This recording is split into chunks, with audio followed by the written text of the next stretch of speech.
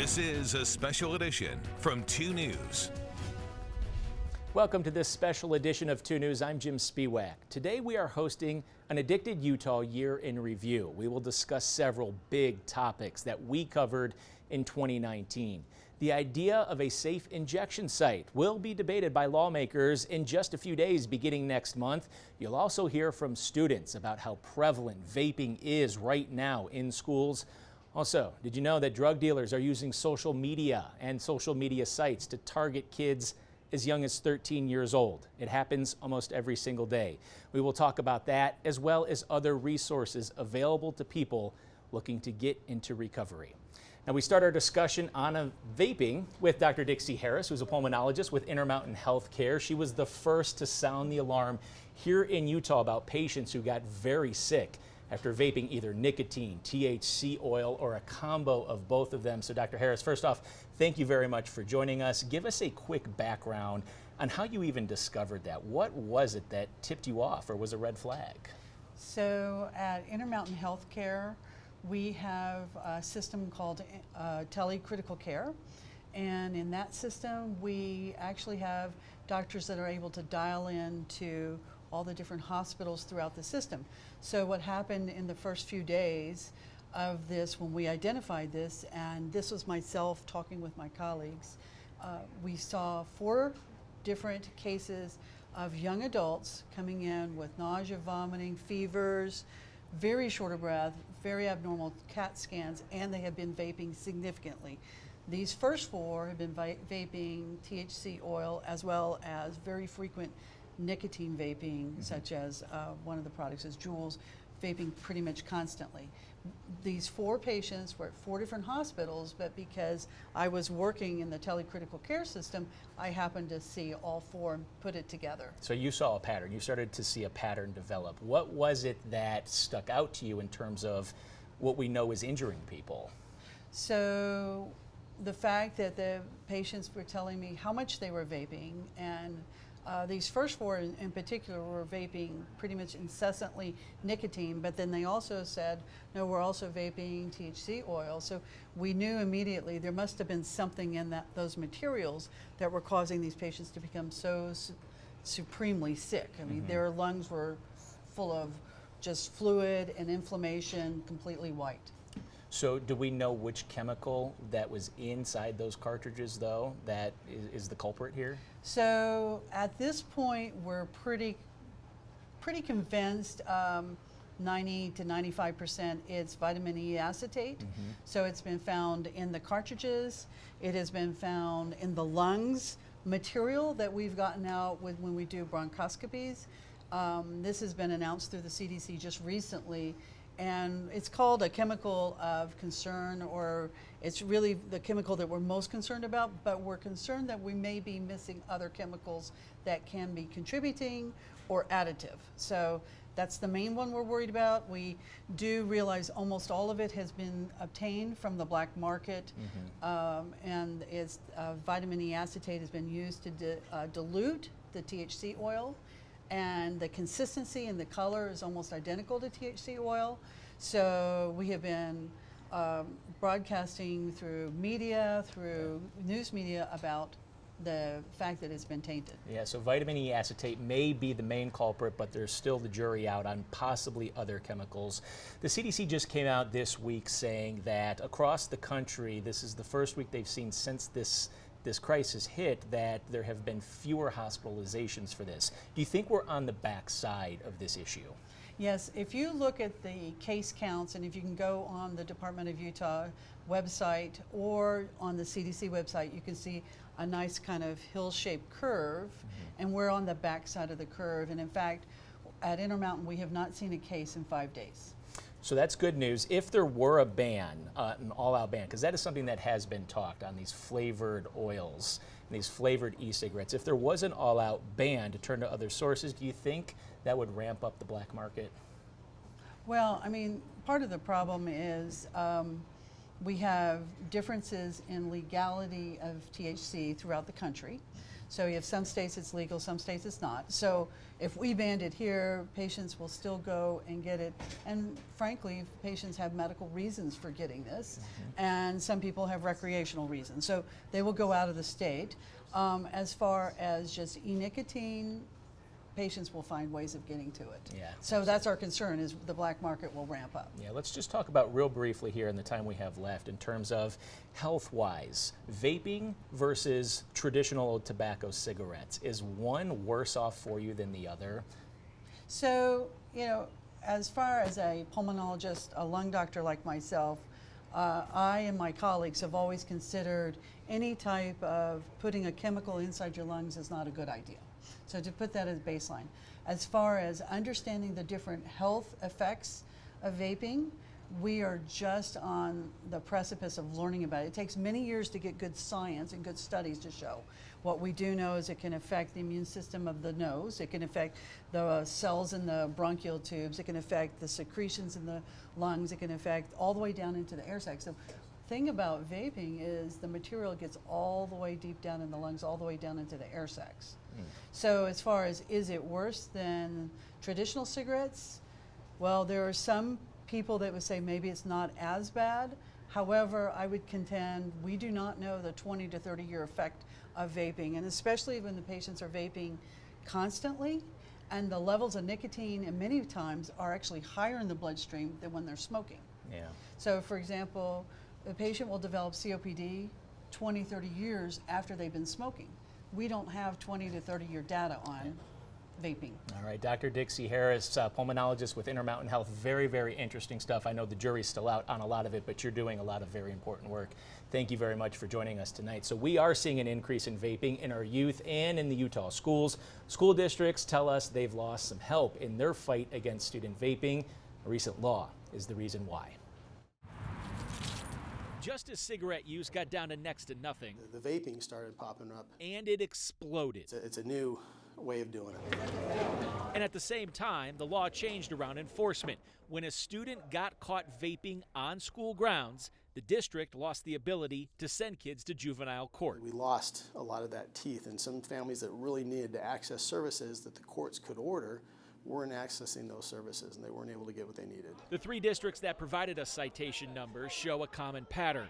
Like in the Granite School District, where it's Paul Edmonds' job to prevent kids from vaping, he said citations went up about 300% in the last few years. If the students figure it out, they figure out that there's fewer consequences for violating on-school property rather than off-school property. Those opposed say no. The change was included in a juvenile justice reform bill in 2017. I think we took away the easy button. Todd Weiler was a floor sponsor in the Senate. He says the overall bill was to fix serious recidivism issues that was costing taxpayers. We were literally incarcerating students who started off with just skipping school. Weiler says the idea was to provide more social services for families to deal with issues at home, which included vaping. I know it has created some unintended consequences for the school district. But like many laws, Weiler says now might be the time to tweak. But the crisis, with the health crisis, is relatively new, and I think we ought to respond to that appropriately. And joining me now is Ben Horsley with the Granite School District. He's a spokesperson for the district. He's here to my left. Also, Kate Hyde, the president of Students Against Electronic Vaping, and MacGyver Clark, who's the vice president of Students Against Electronic Vaping as well. So, Ben, I'd like to start with you here. What are the challenges, coming out of that piece of reporting that we saw that school districts are still seeing with respect to students vaping in and around school property? Absolutely. The challenges are ongoing. It's not just vaping. Now we're starting to see more THC, CBD, stealth vaping, our bathrooms being used as vape rooms. The challenges are ongoing. So parents that are watching this right now that are saying, no, my kid's not using a bathroom at school to vape, to that you say what? I say, well, he's one of the few then, because it's an ongoing reality that we see a lot of these kids going into the restroom and people are like, this isn't a restroom anymore. You need to come in here, this is a place to vape. And so we're getting those reports, we're able to go and correct the action obviously, but the rise in numbers are insurmountable to some extent. And let's talk about a bit of an unintended consequence from a law that passed a few years ago. What are the districts doing in terms of resources, where now a lot of those resources are falling on the school district, which we all know school districts are spread thin already as it is. now having to come in and deal with some of these vaping issues as well. What are districts trying to do? Well, you mentioned the critical point of that, which is the lack of resources. HB 239, well-intentioned piece of legislation to reduce students going into the prison population. So it made it legal, essentially, to vape on school property. What that did is essentially a negative externality of that is now we're seeing more vaping on school property because it's not illegal to do so. We've beefed up the fines. We have interventions and other courses. Those classes, those first responder classes, when you take those classes, our recidivism rate is pretty high, or low in this particular case. So kids who participate do a great job. They understand the material. They're unlikely to have another offense, but it's really hard to incentivize kids to come to those classes in the first place. And so do lawmakers need to take that up again? If it was, in fact, an unintended consequence of that piece of legislation, do lawmakers need to be hearing this loud and clear, and do they need to take it up again and fix it? And I would say yes, and they are. I do want to give the legislature credit. There's a piece of legislation that came out of interim, just barely, with some additional resources, but it's just a drop in the bucket for the problem that we're seeing, and I anticipate that we'll see some additional legislation regarding this issue. All right, Ben Horsley with the Granite School District, thank you very much for that context. Now, Kate, I want to bring you in for just a few minutes here. What are you seeing with your advocacy efforts with younger kids and vaping? How prevalent is it? It's very prevalent. You know, MacGyver and I, first became aware of this issue in 2015. We were both seniors in high school. And we saw it all around us then. We did some research, discovered how big a problem was. It's only grown exponentially since then. You know, the 2019 Sharp survey has come out to say that over 30,000 kids in our state vape consistently. So this is a growing problem. It's at epidemic proportions. For the younger people, why? Why are so many people vaping? Why is it out there so much? You know, that's an interesting question, and the honest truth is it's been marketed to youth. It's been marketed to youth through television commercials, through social media, through all these different avenues. It's been marketed as, you know, safer than smoking. It's just water vapor. It's just flavor, and it's become part of like the culture. The cool thing to do is to have the coolest e-cig, the newest mod, and yeah, it's become kind of a beast of itself. Yeah, and so MacGyver, to that point right there, if it is in fact being marketed to younger kids, what is the remedy? How do you fight against those big marketing dollars? I mean, that really is the question that everybody is playing through their mind, and cracking a teenager's brain on how we can help them quit or never take up use, it's a hard question. But research has shown that the most effective way of tackling this problem is through an excise tax, is through raising the price point of the product. And we all know that basic economics show that increase the price, you decrease the demand of the product, especially because youth are so sensitive to price increases. Yeah. And that's what we're working on, is to pass legislation to raise the tax, just as any other tobacco product is in Utah right now. So policy can be a huge driver in moving the needle to get through some of these issues. Do you think you can just go up to kids these days and say, hey kids, don't vape, don't do drugs? Do they hear that message loud and clear? You know, I think it's very hard to control any behavior of children. And I don't think that's the purpose of taxing or trying to help them to educate, or in different ways trying to help them have better behavior. I do really feel that we need to take seriously our responsibility as a legislature and as advocacy groups in the municipalities to do everything we can. I don't think the tax is the silver bullet. I do think it's the most effective way to get kids to quit now and to have a significant change, but I think that we need to help educate them. And not say don't do it, but say, hey, no road that vaping is gonna lead you on, you don't wanna go anywhere. We wanna run as fast as we can away from vaping. And helping kids understand that. Yeah, and Kate, lastly, I'd just like to ask you, you know, in terms of peer pressure, what are you seeing these days when you talk with some of these younger kids with respect to peer pressure and vaping? You know, I've spoken with school counselors and school teachers, and they see this happening in their own schools, and it's scary. You know, for my own siblings, they see it as well. As I said before, it's this culture that's been created, and you know, youth, like MacGyver mentioned, are kind of hard-headed in the fact they don't really hear that, you know, it's not just water vapor. You know, there's educational efforts that need to happen. You know, we want to curb the use right now and stop future kids from using it. And, you know, curbing the use starts with that tax, and stopping future use is all about our educational efforts inside of families, in schools, and everything else we can do. And briefly to you, Ben, as well, peer pressure in the schools. I know your boots on the ground. I do. I think there is some element of that. I will say that stress and anxiety is also an issue, and we see that kids who have parents who vape, they vape as well. We oftentimes will take away a vape, and a parent will come and say, I need my vape back. And then the kid will be back the next day with the same vape. And so how do we combat that? How do we really educate parents that, hey, your kids really can't be doing this either. It's dangerous for you and it's dangerous for them. Well, it's eye-opening. It's an issue we could spend a lot longer on. However, Ben, Cade, and MacGyver, thank you very much for joining us here. We will continue our discussion with these youth when we come back. This is a special edition from 2 News. Welcome back. We're talking more with youth about vaping and some of the issues they're seeing. We're digging more into the prevention side of things as well. Joining me now is Kaden Collins to my left, an Altaview High School student. He's 17 years old. He's a senior. He's also a member of the peer leadership team, which educates kids to be drug, alcohol, and violence free. And to my right is Heidi Peterson. She is a regional director of substance abuse prevention with the Division of Substance Abuse and Mental Health. So Kate, I want to start with you. As a 17-year-old high school senior in 2019, what is it like to be a senior right now?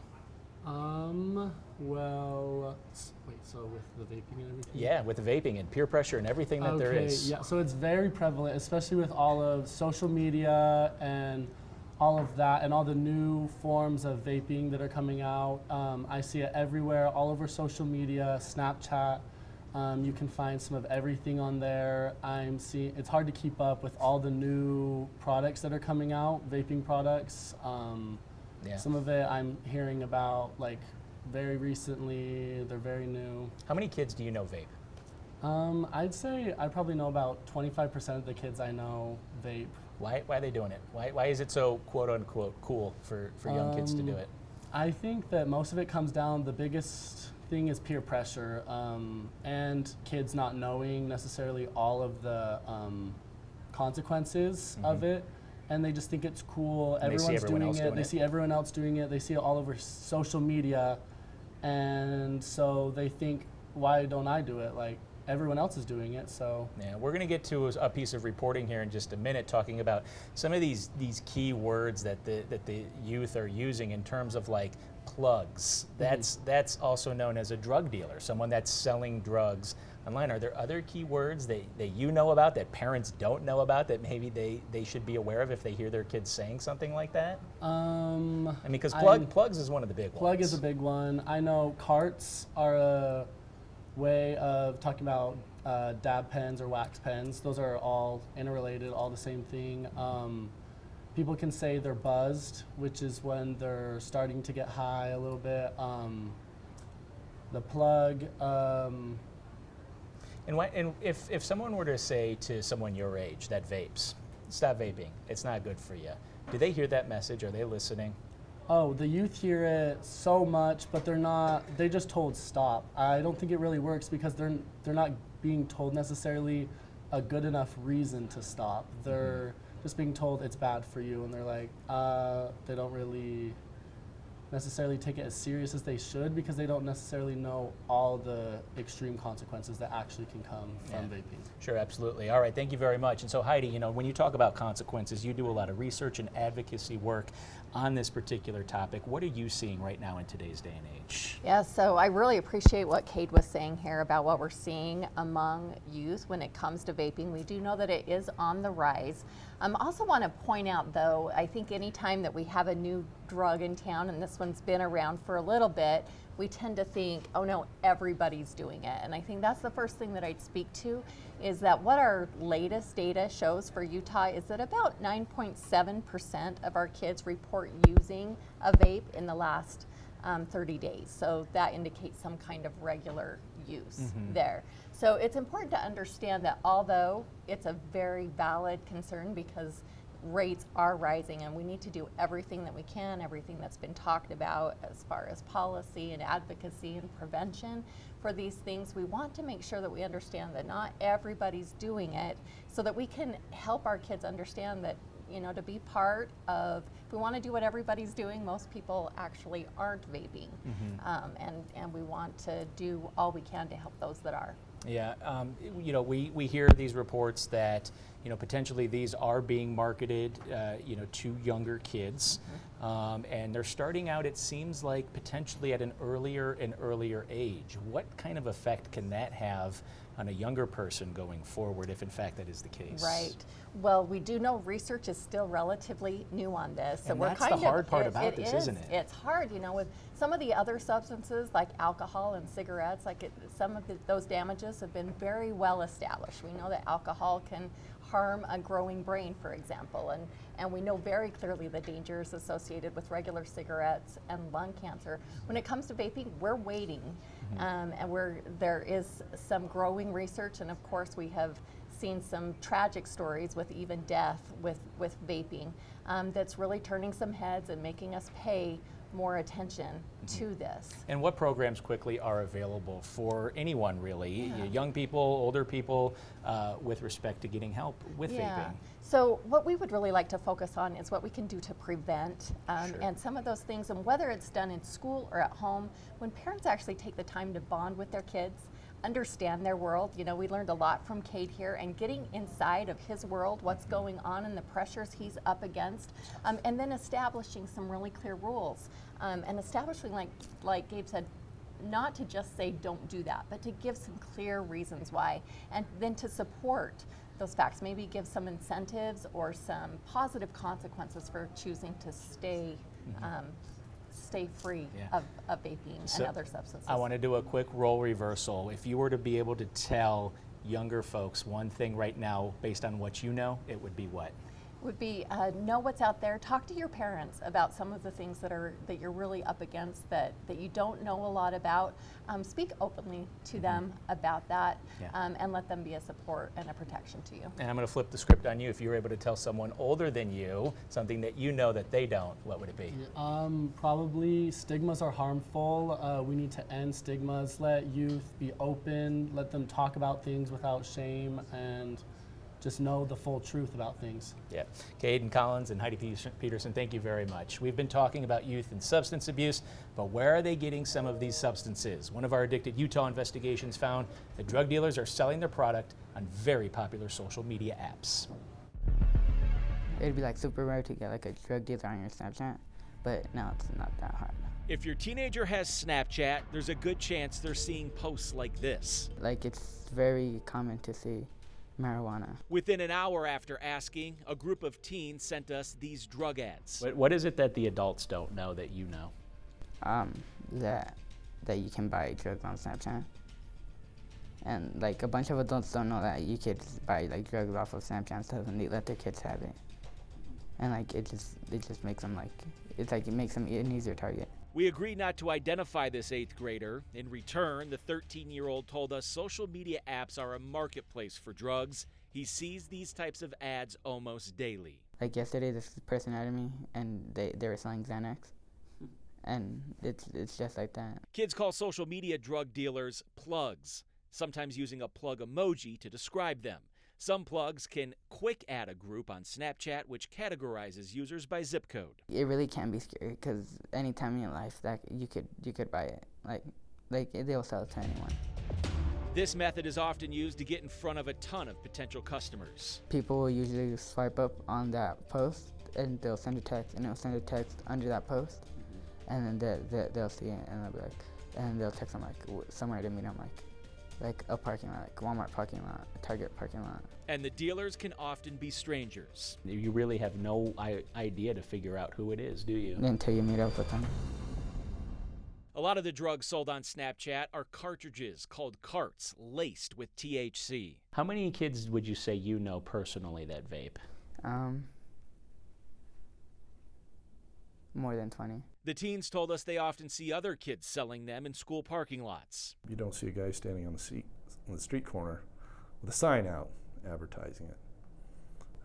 But he'll put a sign up on social media. But he'll put a sign up on social media saying, I've got this, and with the pictures and everything. Utah County Sheriff Sergeant Doug Howell leads a special enforcement team focusing on drugs. He says social media is now used in 90% of his busts. It's also easy for us to see because once you put it out there, it's there for everybody to see, including me. This 19-year-old was arrested this September in West Jordan, accused of selling drugs on Snapchat. He allegedly got the drugs through the mail, which Howell says is common for dealers. Marijuana is being shipped in, heroin's being shipped in, meth's being shipped in, fentanyl being shipped in. And that's becoming quite concerning. But ask a 13-year-old if they're concerned about it. Now, if someone says, hey kids, don't do drugs, do kids listen to that message? No, not really. Why not? Because you're trying to stop them from doing something. All right, we're going to continue our discussion on this particular issue. Kaden Collins is joining us again, and also Chief Brian Redd. He's the chief investigator with the Utah Department of Safety. So thank you very much for joining us. When you see something like that, an 8th grader telling me that he sees more than 20 people that he knows that vape, you think what? Well, I'm not surprised because I have kids and they're saying the same thing. Kids about that age? Yep, 7th graders. As an investigator that investigates these types of cases and sees things like this, what's the first step in trying to fight back? Well, I think awareness. I think parents need to be aware that there is availability for for our kids in obtaining drugs, and so they need to be aware. We need to educate our kids, and we need to be there to support them. Now, we profiled the Snapchat app right there. One of the other pieces of reporting there was that I reached out to Snapchat. They did not give me an on-the-record direct response. The only thing they did was send me to links on their website saying here are policies and protocols and procedures. Are there other websites out there that you're seeing some of this activity on as well? Now, Snapchat, the messages disappear after you view them. So as I understand, it's a very popular one. But what other sites are we seeing this on? Yeah, I mean, Snapchat is the big one right now, but there are others. Facebook Messenger, Instagram. There's a one called Telegram, Wicker. I mean, and then you can find it anywhere on the dark web. You go into the chat rooms, and if you get invited into those, you can order drugs up, and those can be mailed in. Typically, a lot of the messaging apps, it's a delivery that occurs in your community, but it's all over. And when someone like an 8th grader or a 7th grader sees something like this, and if they choose to go forward with it, from a law enforcement perspective, that is potentially a crime that they are committing at a very early age. What impact could that have on them from a legal perspective? I think generally, I can't speak for all of law enforcement, but generally we're not interested in catching a kid and getting a criminal record on them. I mean, kids that are using drugs at that age need support. They need a connection within their schools and within their communities and within their families. And so I think what we're more interested in law enforcement is stopping the supply coming to our kids. Those drug dealers that are getting that message in front of those kids. Yeah. All right, Chief Redd, that's a great point right there, talking about some of the support aspects of this. So I'd like to bring Kaden back in to talk about that, because you're part of a peer group that works and talks with elementary kids and students about some of these issues. How do you support them? What do you say? So yes, I'm in PLT. It stands for Peer Leadership Team. So we have, I'd say, about a month to prepare a whole message that we'll give to the 5th graders at the local elementary schools near us, where one of the main focuses of ours is teaching them how to say no to peer pressure, but still keep their friends, be nice. And so we teach them 5 steps that help them to first pull themselves out of the situation, and then attempt to pull the people asking them to join them out of the situation too, leaving the door open, allowing them to invite them to more wholesome activities. So it's not just them that you're trying to detract from this, it's those that are trying to get them involved in it as well. Yes, it also helps to get the kids to work on it themselves, try and keep others drug-free too. Yeah, you just heard the investigator over here talk about a lot of these platforms are out there. How has social media changed the game in terms of access to the vaping and the drugs at such a young age? It's really changed the game. Yes, it's definitely allowed it to be much more common, much more secretive, as you can just name someone on Snapchat something different, and I'll see people posting things saying like, who's the plug? Anyone have any good plugs? Plug again being a drug dealer. A drug dealer. Where can I buy cheap weed? Stuff like that. You can see really anything on social media. all the way up to like acid or shrooms or anything. You can find some of it, all of it. So starting to talk about some of the harder stuff. Yeah. And to that point right there, Chief Red, you know, social media, is it a double-edged sword where you're putting a digital footprint out there, but again, on the flip side of it, some of that stuff disappears and goes away. So is it tricky to track and catch? There is a lot of anonymization around the internet, and particularly with Snapchat, where the messages disappear. It makes it very difficult. And so our investigators have to work even harder to collect the evidence, to preserve the evidence, and to track these individuals, and it takes a lot of work. Because the kids, I mean, the dealers these days, I have to imagine, they're not standing out on the corner anymore. They're literally sending a message from a phone. They are, and a lot of these apps are encrypted, and so that can make it difficult, and so it's challenging. Yeah. Okay. And then lastly, Kaden, for a young person or a parent of a young child right now that might be joining one of your peer group sessions, what message do you have for them at the end of 2019 here? Really just don't give in to peer pressure.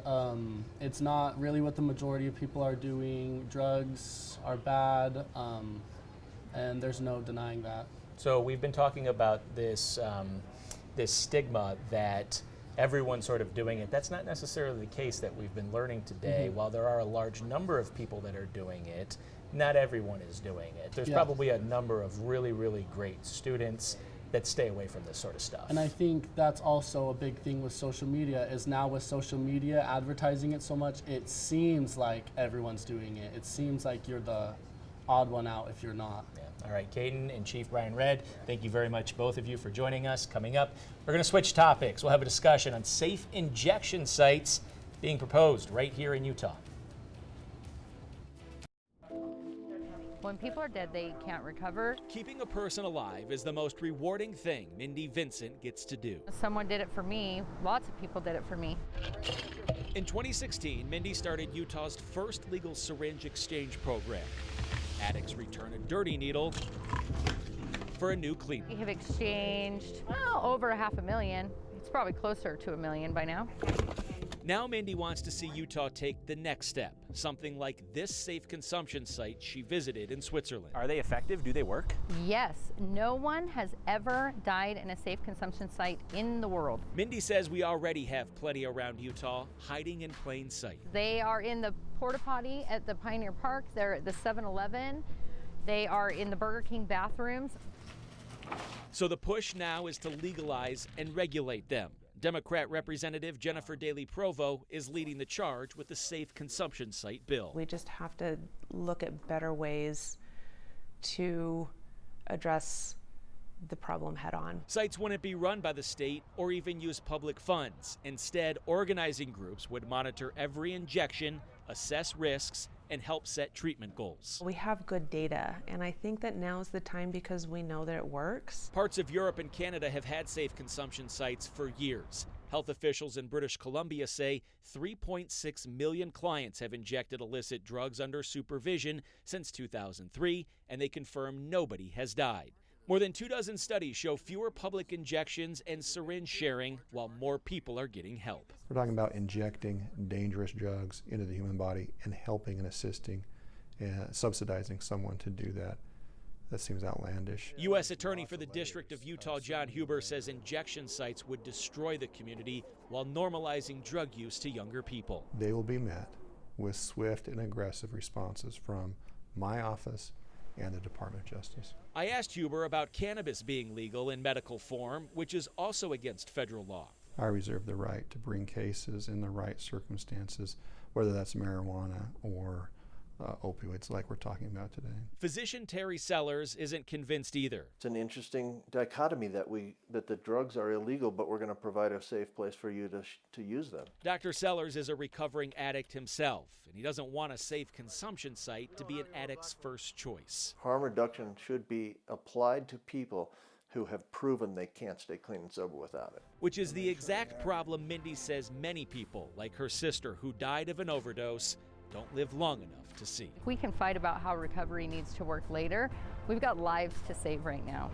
You know, people are dying. Okay, welcome back. That was our first story on safe injection sites possibly coming to Utah. It's a topic that lawmakers will get ready to examine this upcoming legislative session. Joining me now is Mindy Vincent with the Utah Harm Reduction Coalition, and also back on this panel is Chief Brian Redd with the Utah Department of Safety. Mindy, I would like to start with you. Now, since that report aired, there was a federal judge, as we were just talking about, out of Philadelphia that did rule in favor of the idea of a safe consumption site. There are no safe consumption sites right now in the United States. Why is one needed? Well, first and foremost, overdose prevention sites, which is what they're more commonly called. Yeah, they do have several names. Yes, I do they have want to several say. names, yes. And, but they're all the same thing. Yes. But first and foremost, they prevent overdose. There have been tens of millions of substances taken, injected in safe consumption sites throughout the world, and no one has ever fatally overdosed. Now, you've been inside yes. At least one of these before. When you go in, what is it like? It is much like, actually the one I went to in Barron reminded me of the Community Connection Center in downtown Salt Lake. So it's almost like a clinic. Yep. There's a medical professional there on staff that's medically trained to administer naloxone, commonly known as Narcan, in case someone overdoses, right? Yep, or any other kind of medical attention they may need. Social workers are also on staff to help link people in with resources, get them started in on treatment, whatever it is that their goals are for bettering their life. And what's the argument for opening one of these up here in the state of Utah? More resources for folks. What's the argument? The argument for or against? To open one up. To open one up, I think that first and foremost, we need to be protecting human lives. When people are dead, they don't recover. And in addition to that, you know, in regards to public safety, it does decrease syringe litter. It decreases the presence of suspected drug dealers. It decreases public sedation. It decreases the amount of EMS and police calls that have to go out. So there's lots of reasons why we should be in favor of overdose prevention sites, but human lives should be first and foremost. Now, we did invite U.S. Attorney John Huber here on this for this discussion. He wasn't available, but we did hear in our reporting right there, he's drawing a hard line. He says that the idea of allowing someone to inject an illicit drug is outlandish. That was his quote. To something like that, you say what? Well, unfortunately, none of us get to decide for other people what they do and do not put in their body. I do not endorse drug use. But that doesn't mean that people are not going to continue to use drugs. We know that through prohibition, that hasn't stopped drug addiction. Drug addiction rates continue to go higher and higher. We know that the tactics that we're using are not working very well. We have the highest incarceration rate in the world. And I could go on about that all day, but it's just what we're doing is not working. Yeah, and Chief Redd, I'd like to bring you back in. You know, the idea that lawmakers are going to be discussing this idea around a safe or a overdose prevention site in this upcoming session. Your thoughts to that? Well, I don't think we should ever not have, debates or talk about solutions. I think at the end of the day, we all can find common ground in that we want public safety. And we want to help these individuals who are suffering from substance use disorders. How we go about that is to be determined, and I think there needs to be a lot of conversation before we make policy decisions. Do you think the idea, though, around something like this, where folks would get more resources, is that something that that needs to be debated more at length? Well, no, we agree that individuals need more resources, and we need to create points of entry for those individuals to get resources. I don't know that safe injection sites is the only way that can be done. I mean, even police officers, even our state troopers as part of Operation Rio Grande worked extremely hard to connect people to resources.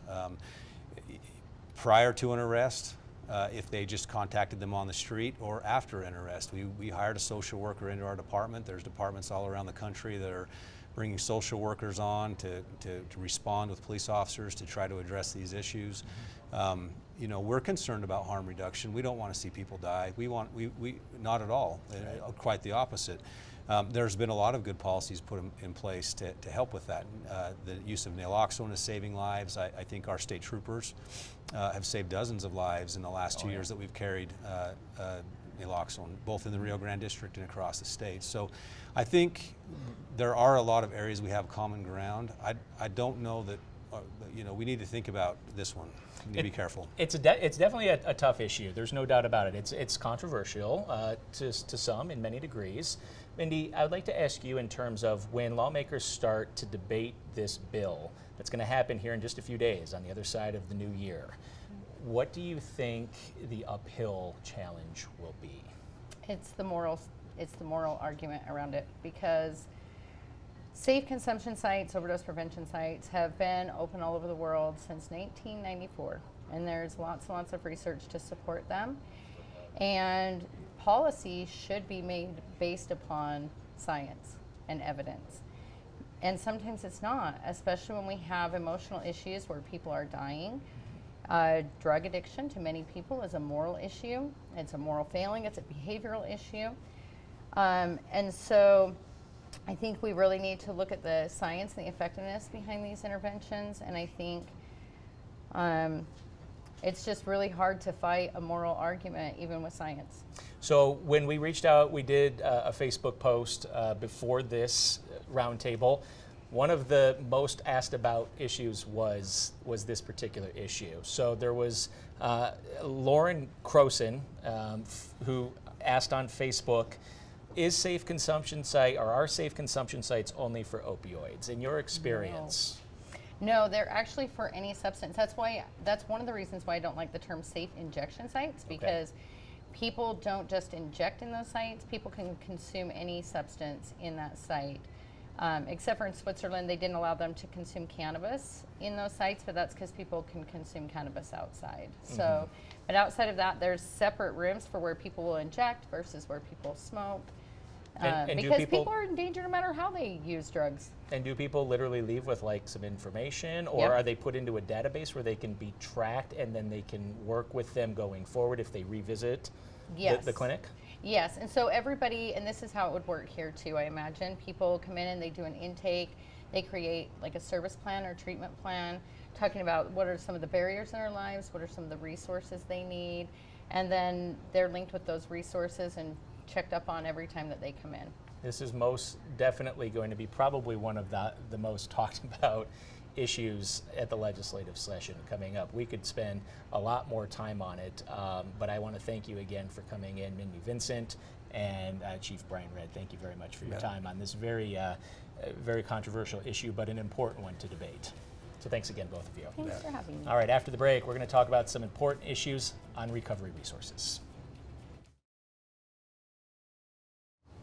Welcome back. We want our last discussion today to focus on treatment and recovery. We are here with Dr. John Barbuto, the Medical Director for Aqua Recovery, and Veronica Little, the Program Administrator for the State Opioid Response Grants within the Division of Substance Abuse and Mental Health. You have 16 years of experience working with mental and health and substance abuse disorder treatment, so we'll start with you. I guess at its most basic level, what is the difference between treatment and recovery? It's a really tough question to answer, but in essence, what we look at is treatment as services that you're seeking. It would be talking with or utilizing professionals or people with lived experience to help learn skills or different ways to live life. And then recovery is really more of that long-term process of change. It's where people are really looking to improve their wellness and their health overall and lead self-determined lives where they're really reaching their full potential. Yeah, and Dr. Barbuto, how about you for that same question? The difference between treatment and recovery, your answer to that would be what? The centrism is different. The treatment centers on what we're all doing for someone. Recovery is what happens to that person. Your answer is very good, Veronica. I like that answer. So, you know, it's a process, and the treatment we do, we analyze a problem, we understand what's going on, we then decide what would be the appropriate kinds of managements for that. The recovery is what the person experiences as they benefit from those things, and the use of the addictant, whatever it is, drugs or other things, starts to become less a part of their life, less controlling in their life. And Doctor, I'll start with you on this next question, because in doing this reporting that we have on these very serious issues, I've interviewed a lot of people that are now clean, sober, been so for many, many years, but it took them a long time to get there, and they overdosed, and they were literally on their deathbed or close to it multiple times before they eventually got over that hump. Every case is different, but people really have to convince themselves that they want to live a clean life. Is that accurate to say, you think? Yes, it is accurate, and you hear that kind of a story all the time. The core problem here is that addiction is a result.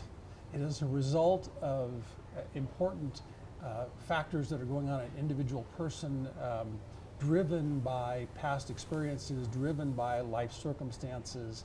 So we talk about such things as genetics, adverse childhood experiences, losses of various kinds, trauma. We talk about these as mechanisms that drive the problem. Now, the person ends up with addiction to something because they're trying to respond to those problems. These are self-treatments very commonly. The self-treatments are attractive because they're quick.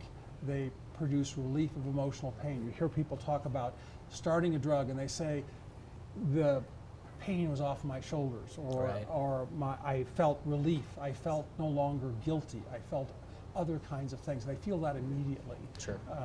So it attracts them that way. Now they take a long time then to get to the point where they can now look for something else that reconstructs their life without having to go to these drugs. Sure. This is one issue that we've been hearing a lot from our viewers about the cost of finding treatment and getting in recovery. A lot of folks say it costs too much, or it's expensive. What can I do? What do you say to that? It is. I think that anything that we do in our lives costs money. There's that cost-benefit analysis we have to go through and determine what we're going to spend our money on. There are some programs that are a lot more money than others, depending on if it's a private pay facility, if it's a public facility. But there's also the reality of what level and intensity of care you're looking for. Residential treatment's going to cost a lot more than outpatient treatment. But I would like to also encourage people, when you're looking at cost and you're talking about treatment options, looking at what the cost is if somebody doesn't get treatment, if somebody doesn't find a path to recovery, whatever that path is. What is the cost to the individual, the family, and our community if people continue in active addiction? And what does that mean for us as a whole? Usually a lot more actual financial burden, but also a broken family, broken relationships. And everyone's socioeconomic status is different in Absolutely. society. Is there one person or one group of people, do you think, that it's the responsibility to make it more affordable to everyone writ large? There are public programs, those who utilize Medicaid, those who are underfunded or not funded at all through insurance, can access some services through our local mental health and substance use authorities. There are funds that come through both federally and statewide to help supplement some of those programs. They all have sliding scale fees to help ensure that people have some access to treatment. But there's also community support groups and ways to find recovery in community programs that are zero cost. So there are options out there really for everyone then, at every level of the spectrum. There are, and it doesn't mean that it's easy. I mean, there are limitations within it, but there are options. Yeah. And doctor, if someone would say, there's this conception, it is difficult to detox. It's difficult to get sober. Why is that? Detox means that a person has the biology of some drug or even some sociology from, let's say, gambling or something. They have that on board. It produces a certain neurophysiologic state. Then when they go through treatment to detox, they're trying to get rid of that neurophysiologic state. That doesn't take that long. You can change that biology in a few days. Okay. What's much harder is changing the behavioral drivers that make returning to those drugs or addictant very appealing. And that probably differs for every single person. Yeah, you know, yes. And changing that behavior. And yes, and it can also say that there are normative things. We are all different. All humans look different, Right. but we're very similar in a lot of ways. Yeah. So you can say it in that kind of same concept. Sure.